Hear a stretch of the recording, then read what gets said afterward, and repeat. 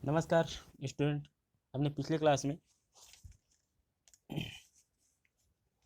भारत भारत के राज्यों की उच्च न्यायालय के बारे में पढ़े, जिसमें हमने जाने उच्च न्यायालय की जो उसकी जो क्षेत्राधिकार के संबंध में अध्ययन किया। आज हम जानेंगे कि उसके जो अगले अगले विषय है उसके बारे में जानेंगे।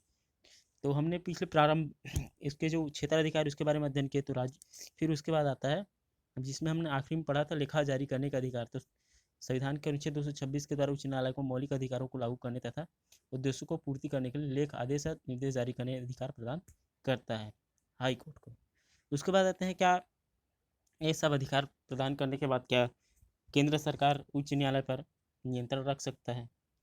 तो संविधान द्वारा उच्च न्यायपालिका को पर्याप्त सुरक्षा और संरक्षण प्रदान किया गया है, परंतु उसके ऊपर संघ का नियंत्रण भी स्थापित करके उसे शक्ति को सीमित कर दी गई है।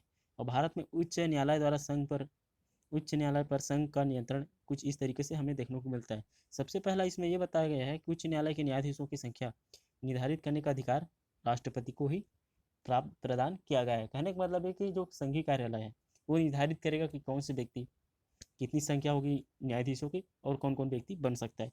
उसके साथ साथ दूसरा ये नियंत्रण इसमें यह है कि उच्च न्यायालय के न्यायाधीशों का आयु निर्धारण करने का जो अधिकार है ये केंद्र सरकार के पास है। वो अपने मनमानी तरीके से क्या कर सकता है, किसी भी व्यक्ति का वो उम्र या न्यायाधीशों की उम्र निर्धारित कर सकता है। उसके साथ साथ उच्च न्यायालयों की संरचना व गठन का अधिकार भी केंद्र सरकार के पास नहीं है।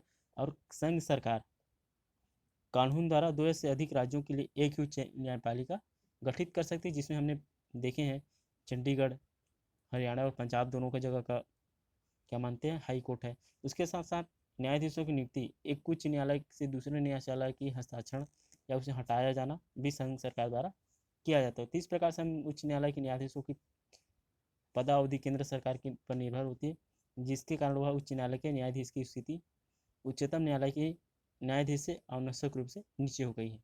1956 में अनुच्छेद 224 के अंतर्गत यह व्यवस्था की गई थी। उच्च न्यायालय के कार्यों को स्थायी वृद्धि कारण बकाया काम निपटाने के लिए राष्ट्रपति द्वारा अपर न्यायाधीशों की नियुक्ति 2 वर्ष के लिए कर सकता है। साथ ही 2 वर्ष की अवधि से पूरा उसे हटाया भी जा सकता है। इसका परिणाम यह हुआ कि बकाया कार्य तो बकाया ही रह गए, हाँ, मगर उसके नाम पर बड़ी संख्या पर अपर न्यायाधीशों की नियुक्ति हो गई। उपयुक्त कारणों से या उपयुक्त कारणों से राज्यों के उच्च न्यायालय प्रांतीय सरकार के नियंत्रण से भले स्वतंत्र हो गया, पर उन पर सरकार का नियंत्रण सदैव बना रहता है। मगर उच्च न्यायालय की अगर स्थिति को अगर देखें आज वर्तमान समय में, तो वर्तमान समय में उच्च न्यायालय को उच्चतम न्यायालय के समान ही मौलिक अधिकारों की रक्षा व संविधान की रक्षा करने रक्षा एवं संविधान की भी रक्षा करने के लिए सौंपा गया है। उसमें मूल अधिकारों के प्रवर्तन के लिए दिशा निर्देश जारी किए जाते हैं जो शक्तियों को प्रदान की जाती है।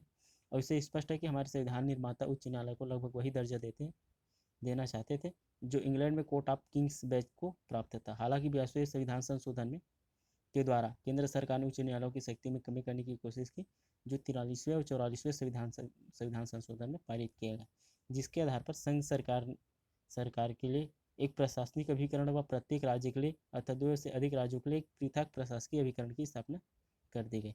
अनेक अनेक राज्यों ने भी अपने यहाँ कानून पास करके अधिनियम की धारा 4 के अंतर्गत प्रशासकीय अभिकरणों की स्थापना कर ली। और पूरे भारत में लगभग 100 प्रशासकीय अभिकरण कार्यरत है जो केंद्रीय प्रशासनिक अधिकरण की सेवाओं से संबंधित समस्याओं से शीघ्र एवं कम खर्चों में निराकरण हेतु कार्य कर रहे हैं।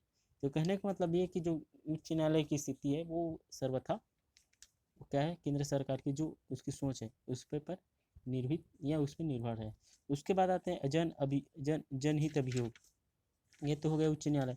उसके बाद आते हैं जनहित अभियोग। तो पिछले कुछ वर्षों में भारत में जनहित अभियोग का प्रचलन प्रारंभ हुआ है।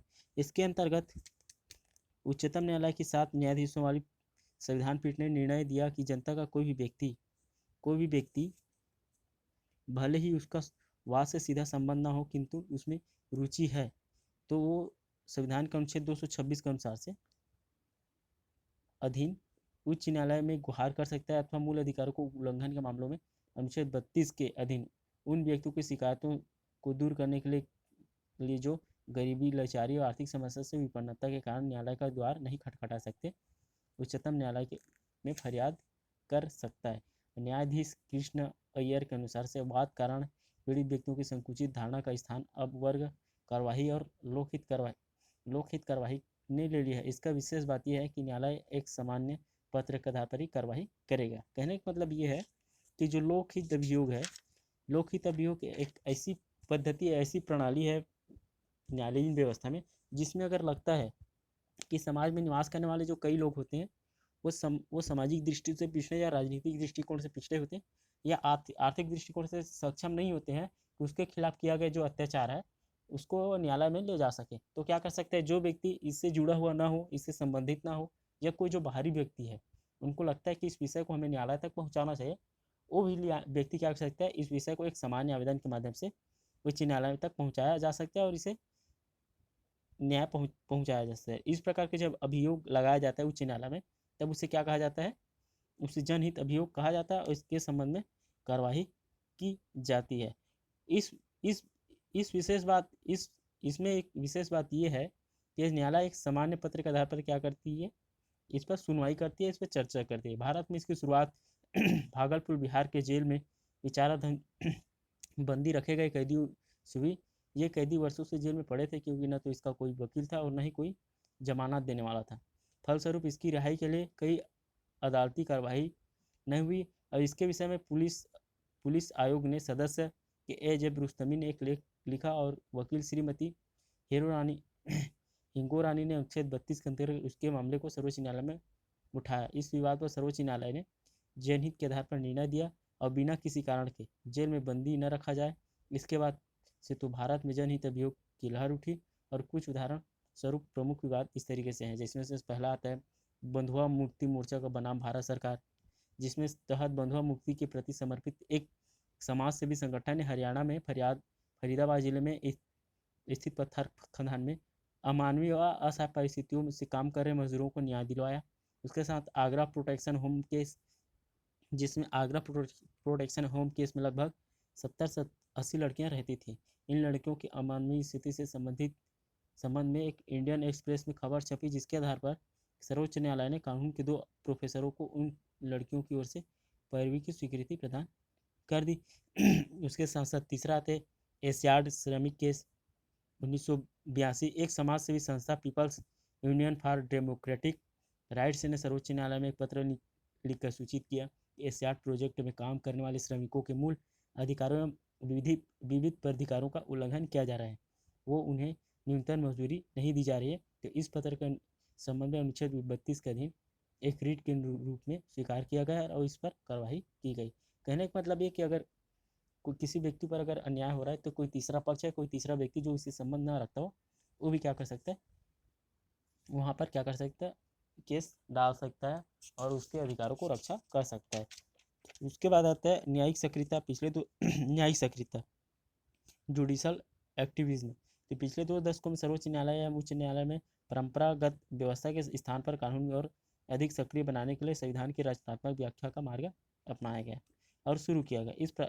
इस न्यायिक सक्रियता के आधार पर सर्वोच्च न्यायालय व उच्च न्यायालयों ने समस्त राजनीतिक व्यवस्था में पहले से अधिक महत्वपूर्ण भूमिका निभाई और अब सरकारी एजेंसियों को भी अपना कार्य सुचारू रूप से करने में देने लगे हैं। कहने का मतलब है कि न्यायिक सक्रियता का कारण, कहने का मतलब है वैसे तो भारत में न्यायपालिका द्वारा दिखाई जा रही सक्रियता का मूल अनेक कारण निहित है, जिसमें नौकरशाह और राजनीतिक में बढ़ता है भ्रष्टाचार और सरकार द्वारा जनता की मांग को अनसुना कर देना।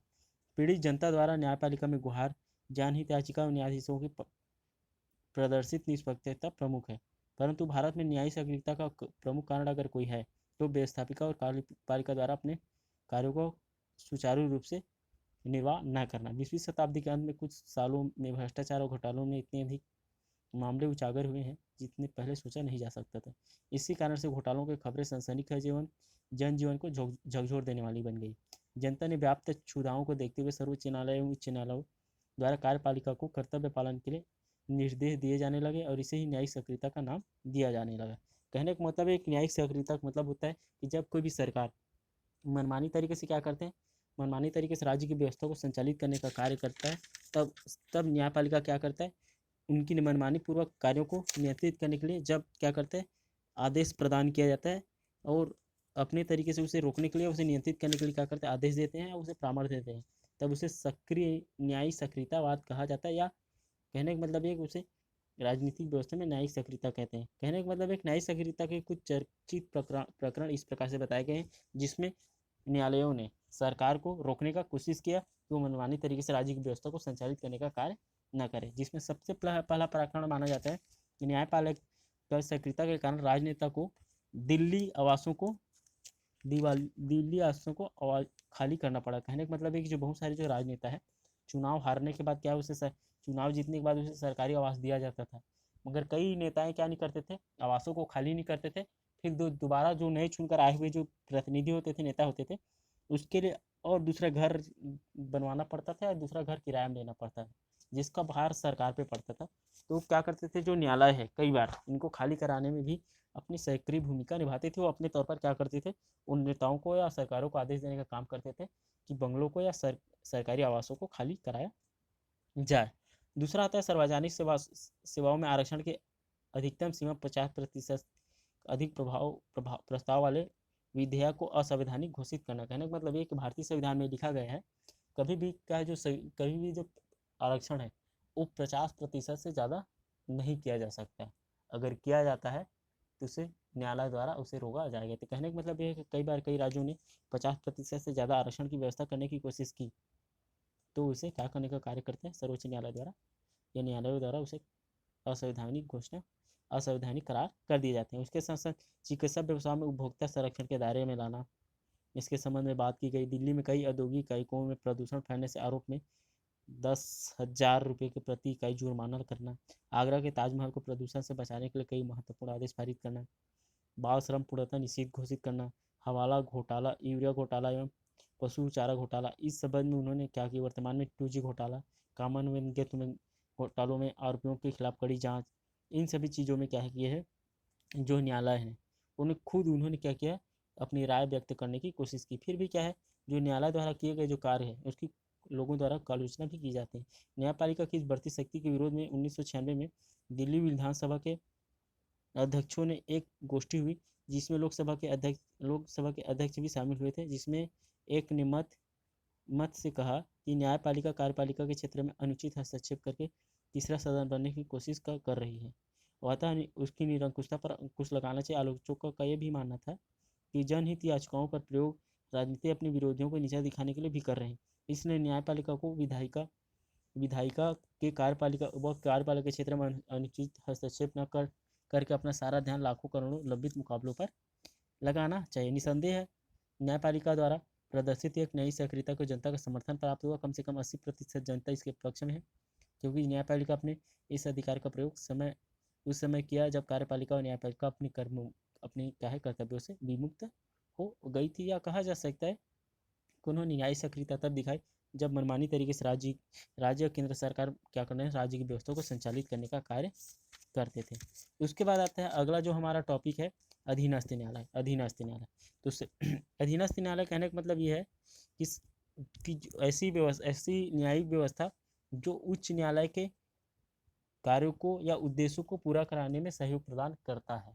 कहने का मतलब ये है कि जो अधीनस्थ न्यायालय ऐसी संस्था है जो उच्च न्यायालय या सर्वोच्च न्यायालय के जो उद्देश्य है उनका क्या है, राज्य में सर्वत्र क्या करना, न्यायिक व्यवस्था बेहतर करना और शांति स्थापना करने के लिए क्या करना, दंडित करना। उन व्यवस्थाओं में सहयोग करने के जो कार्य करते हैं उसे अधीनस्थ न्यायालय करते हैं।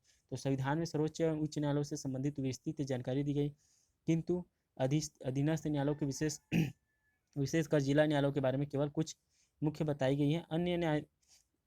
अन्य अधीनस्थ न्यायालयों का संगठन ऐसा क्षेत्राधिकार निश्चित करने के लिए अधिकार तथा राज्य विधानमंडल को प्राप्त है। अधीनस्थ न्यायालय में उच्च न्यायालय के पूर्ण नियंत्रण होते हैं।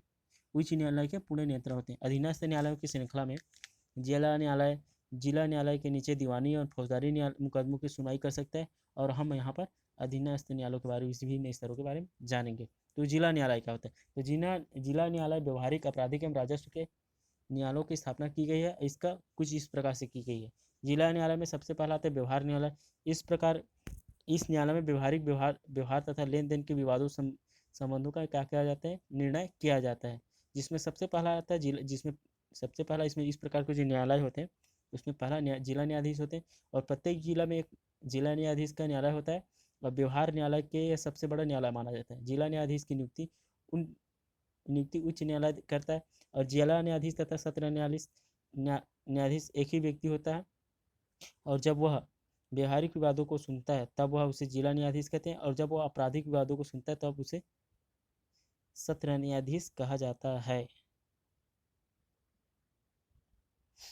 और उसके बाद आते हैं जो जिला न्यायाधीश होते हैं उसके जो कुछ अधिकार हैं उसके बारे में बताए गए हैं। तो सबसे पहले इसमें प्रारंभिक क्षेत्राधिकारी बताया गया, जिसमें जिला न्यायाधीश को कुछ विषयों को पर प्रारंभिक रूप से क्षेत्राधिकार प्राप्त है। जिला न्यायाधीश को प्रारंभिक रूप से किसी भी मूल्य के विवादों की सुनवाई करने से अधिकार है। इस न्यायालय में इन विषयों पर प्रारंभिक रूप से सुनवाई की जा सकती है। विवेक विशेष विवाह अधिनियम, कॉपीराइट, पेटेंट, ट्रेडमार्क, हिंदू विवाह अधिनियम, सार्वजनिक निधि, वक्फ बोर्ड, वक्फ, नाबालिगों तथा पागलों के अभिभावक को नियुक्त करने, भूमि अधिग्रहण, लोक सेवकों की मानहानि के से संबंधित विशेष मामले, या रिश्वत के मामले में ट्रस्ट आदि के विषयों पर प्रारंभिक सुनवाई करने के अधिकार प्रदान किए जाते हैं। उसके बाद आते हैं अपीली अधिक्षेत्राधिकार। तो जिला न्यायाधीशों को मुंसिफी तथा बिहार न्यायाधीशों के निर्णय के विरुद्ध 1 लाख मूल्य तक अपीलें सुनने का अधिकार है। उसके बाद आता है अतिरिक्त जिला न्यायाधीश।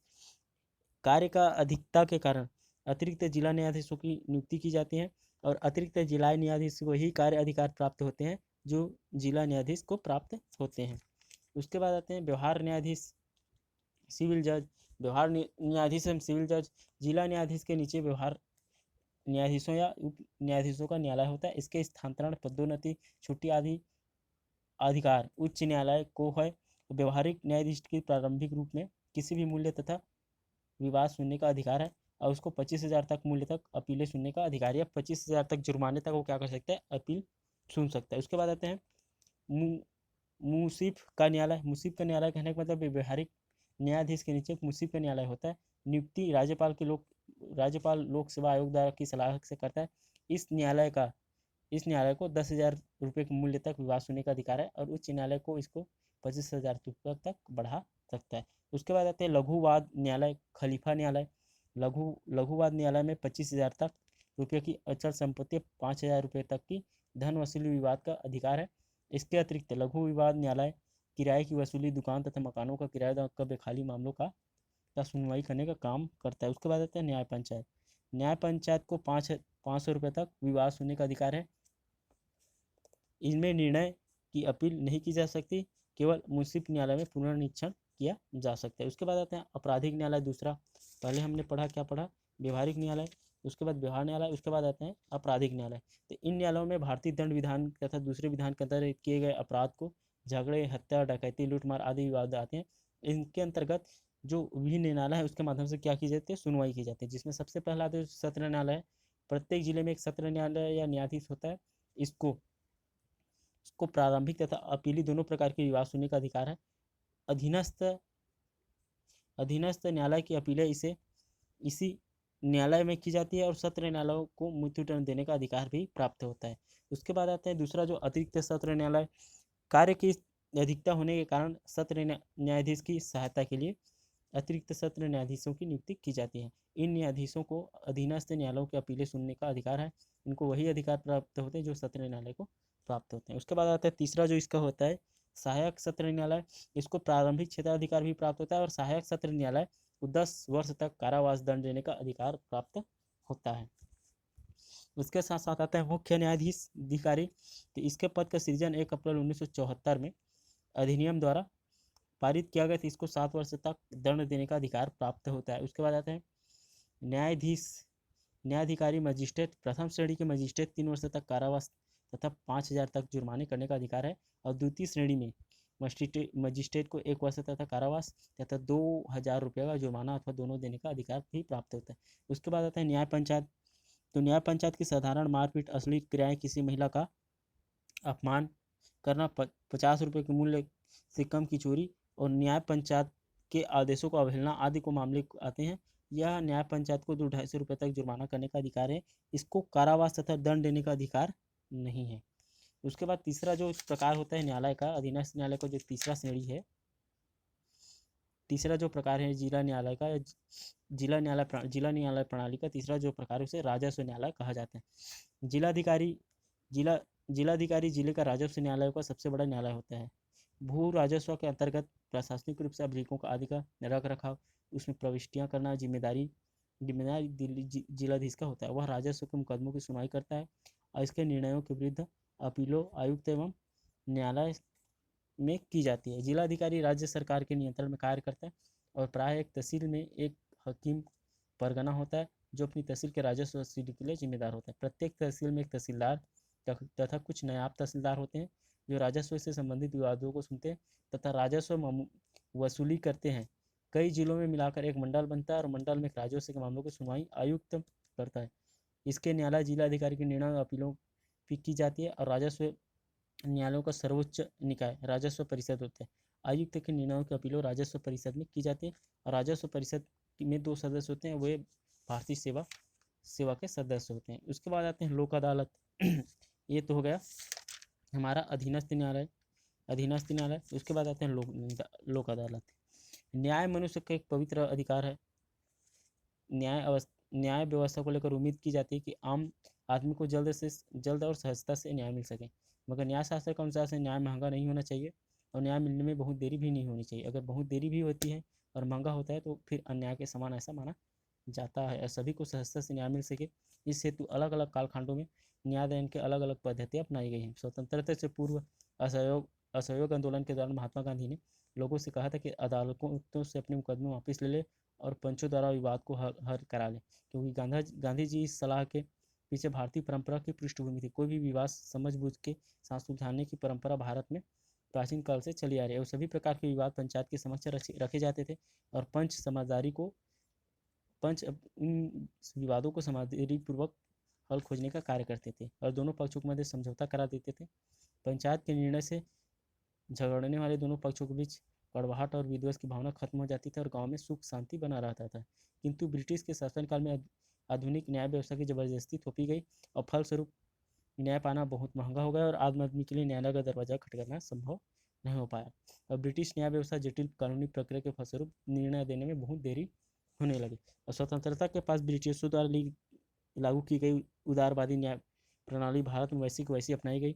फलस्वरूप ब्रिटिश कालीन न्याय व्यवस्था की तरफ भारतीय व्यवस्था भी बहुत महंगा साबित होते गए।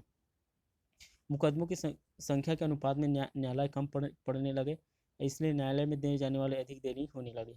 न्यायालयों की फीस, वकीलों की मेहनताना आने जाने का खर्चा, गवाहों की खर्च, सालों साल चलने वाली मुकदमा, इन सारी बातों के कारण के आम लोग न्याय से वंचित रहने लगे। शासनकर्ता न्यायिक अधिकारियों ने इन सभी बातों को जानकारी दिया था, परेशानी को हल खोजने के लिए यह विकल्पों की तलाश होने लगी और कई विकल्प सुझाए गए और लोक अदालत के विकल्प उनके सामने एक अदालत की प्रायोगिक सफलता के बाद न्यायदान के लिए यह पद्धति अपनाई गई। तो लोक अदालत क्या, ये तो हो गया लोक अदालत का इतिहास क्या रहा, मगर लोक अदालत है क्या? तो लोक अदालत या लोक न्यायालय एक तरह की अन्य स्थापित न्याय जैसा न्यायालय है, किंतु इस न्यायालय द्वारा दोनों पक्षों के मध्य आपसी समझौता करा दिया जाता है और इस दृष्टि से देखा जाए तो लोक अदालत पंचायत पद्धति का आधुनिक रूप है। कानून के जानकार और समाजसेवी व्यक्तियों द्वारा पैनल लोक अदालत के रूप में अपने समक्ष अपने आने वाले विवादों को समझौता कराने के लिए करता है। लोक अदालत को जो संगठन है, महाराष्ट्र में लोक अदालतों का आयोजन और अदालतों का आयोजन विधिक सेवा प्राधिकरण द्वारा कराया गया। इस हेतु उच्च न्यायालय में विधिक सेवा और नागपुर एवं औरंगाबाद में जहाँ उच्च न्यायालय में बेंच है, उच्च न्यायालय की विधिक सेवा उप समितियाँ बनाई गई। उसके अंतर्गत अधीर हर जिले में एक जिला विधिक सेवा प्राधिकरण और तहसील में तहसील की विधिक सेवा समिति का स्थापना किया गया ताकि किसी क्षेत्र में रहने वाले जो लोग हैं उसे आसानी से क्या पहुँचा सके, आसानी से उसे न्याय पहुँचाया जा सके। इस आधार पर क्या किया गया है, लोक अदालत की स्थापना की गई। मगर लोक अदालत की जो स्थापना की गई है उसकी फ़ायदा क्या है? तो लोक अदालत का पहला फ़ायदा ये कि लोक अदालत में तुरंत फैसला हो जाता है और अतः मुकदमा लड़ने के लिए जो प्रयास करने पड़ते हैं उसे छुटकारा मिल जाता है। दूसरा फ़ायदा है इसमें यह है कि लोक अदालत का फैसला दोनों पक्षकारों के समझबूझ के नतीजा होता है, इसलिए हार जीत का प्रश्न नहीं उठता। उसके साथ साथ आपसी समझदारी से दोनों पक्षकारों का सुलह कर दिए जाने से दोनों पक्ष संतुष्ट हो जाते हैं। ये उनकी कुछ लाभें हैं। उसके बाद आते हैं, अगर देखें तो कानूनी सहायता केंद्र के रूप में भी जो पंचायतें सभी ग्राम पंचायती कानूनी सहायता केंद्र के रूप में या विभिन्न चीज़ों के रूप में क्या करते हैं, काम करते हैं। या इस आधार पर देखें तो लोक अदालत है एक वर्तमान परिदृश्य में प्राचीन भारतीय जो पंचायती राज व्यवस्था के एक रूप में ही काम करती है।